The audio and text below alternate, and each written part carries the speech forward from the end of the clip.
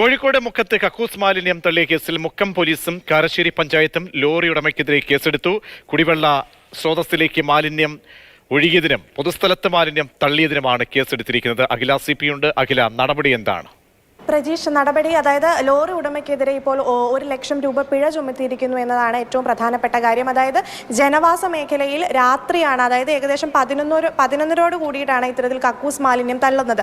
അപ്പോൾ നാട്ടുകാർ പലതവണ ഇത്തരത്തിലുള്ള സംഭവങ്ങൾ ഉണ്ടായി. അതിനെ തുടർന്ന് നാട്ടുകാർ ഇത്തരത്തിൽ പല ലോറികളും വന്നു പോകുന്നത് ശ്രദ്ധിക്കുന്നുണ്ടായിരുന്നു. അപ്പോൾ ഇത്തരത്തിൽ ഈ അസാധാരണമായ രീതിയിൽ ലോറി നിർത്തിയിട്ടതിനെ തുടർന്ന് നാട്ടുകാരാണ് അവിടെ എത്തിയപ്പോൾ ഇത്തരത്തിൽ കക്കൂസ് മാലിന്യം തള്ളുന്ന ഒരു അവസ്ഥ കണ്ടത്. അതായത് എടവണ്ണ കൊയിലാണ്ടി സംസ്ഥാന പാതയിനിടയിലെ കറുത്ത പറമ്പിനും വലിയ പറമ്പിനും ഇടയിൽ ഓവങ്ങൽ തോട്ടിലോട്ടാണ് ഇത്തരത്തിൽ കക്കൂസ് മാലിന്യം തള്ളുന്നത്. അപ്പോൾ ഓവങ്ങൽ തോടെന്ന് പറയുന്നത് ഈ നിരവധി അവിടുത്തെ ജനങ്ങൾ കുടിവെള്ളം ഉൾപ്പെടെയുള്ള ആവശ്യങ്ങൾക്കായി ആ തോടിനെ ആശ്രയിക്കുന്നതാണ്. മാത്രമല്ല നിരവധി കുടിവെള്ള പദ്ധതികളുള്ള ഇരുവഴിഞ്ഞിപ്പുഴയിലേക്കാണ് ഈ തോട് സംഗമിക്കുന്നത് എന്നുള്ളതാണ് മറ്റൊരു പ്രധാനപ്പെട്ട കാര്യം. അപ്പോൾ ഇത്തരത്തിൽ നാട്ടുകാർ ഈ സംഘം ചേർന്ന് പിടികൂടിയപ്പോൾ ലോറിയുടെ സമീപത്തെത്തിയപ്പോഴത്തേക്കും രണ്ടുപേരും വണ്ടിയിലുണ്ടായിരുന്ന രണ്ടുപേരും ലോറി ഉപേക്ഷിച്ച് ഓടുകയായിരുന്നു. അങ്ങനെയാണ് ഇത്തരത്തിൽ മുക്കം പോലീസും ഇത്തരത്തിൽ കാരശ്ശേരി പഞ്ചായത്തും ഇപ്പോൾ അവർക്കെതിരെ കേസെടുത്തിരിക്കുന്നത്. 1 ലക്ഷം രൂപയാണ് പിഴ.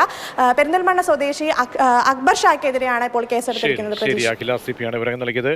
കുടിവെള്ള സ്രോതസ്സിൽ കക്കൂസ് മാലിന്യം ഒഴുക്കിയ സംഭവത്തിലാണ് നടപടി.